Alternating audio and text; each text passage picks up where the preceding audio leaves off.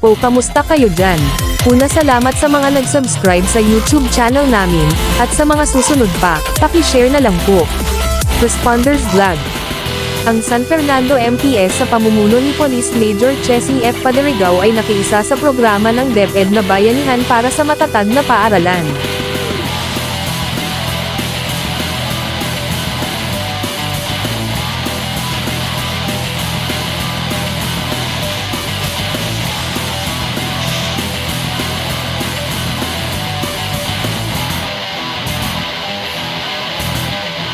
On August 17, 2023 at about 8 a.m. San Fernando MPS personnel led by Pusti John Cristo Marin PCR PNCO participated in the Brigada Escuela 2023 of Campolingo Elementary School headed by School Principal IR Lin Arcomita at Barangay Campolingo San Fernando, Romblon. Hashtag Serbisyong Nagkakaisa. Hashtag To Serve and Protect.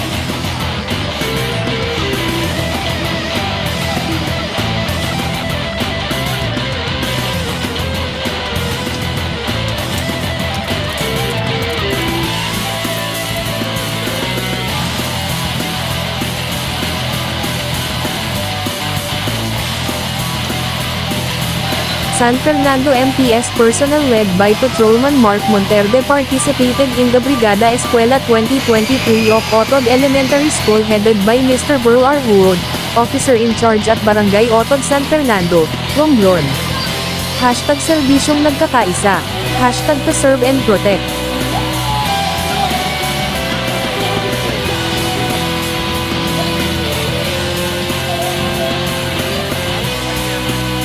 Ganyan kasisipag ang mga pulis ng San Fernando MPS. Maasahan niyo po kami.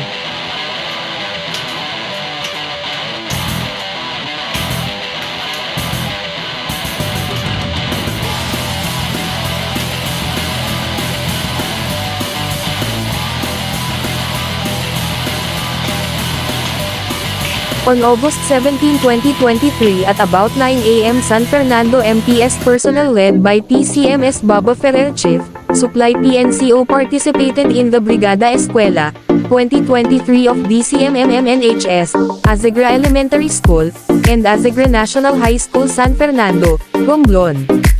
Serbisyong Nagkakaisa. To Serve and Protect. Ayan, makikita natin ang ating kapulisan na ready sa lahat, sa pagdapas ng damo para mas lalong maging kaaya-aya ang kapaligiran ng ating paaralan. Lagi nating panatilihin na malinis ang ating paligid.